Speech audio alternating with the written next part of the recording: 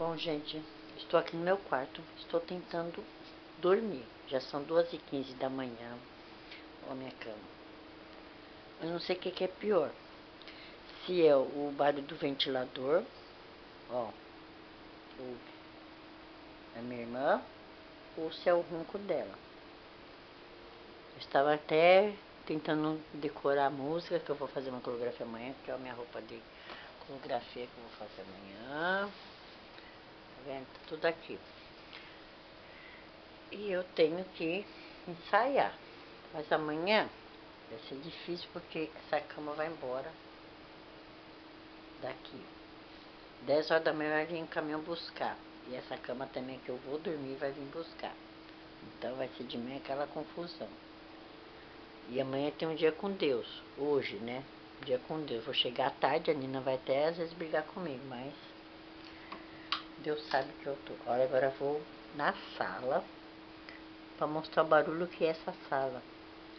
E a Simone fala que não ronca, vou provar que ela ronca.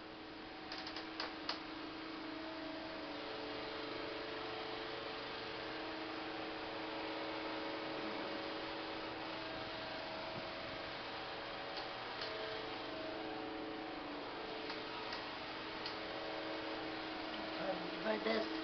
Vai diminuir. Vamos.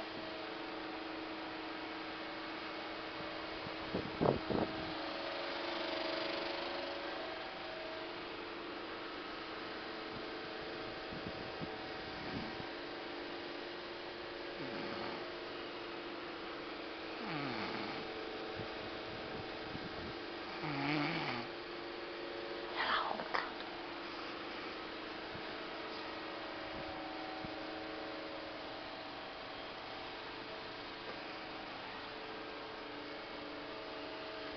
Ela está roncando.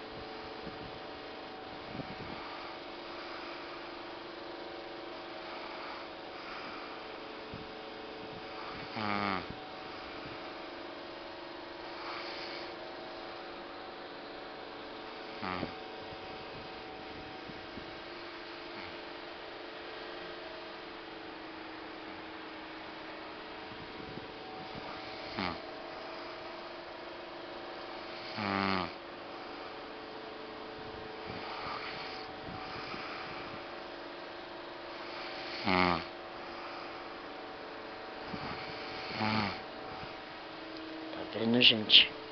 O que eu passo? Você acha que dá pra dormir num barulho desse? Terrível.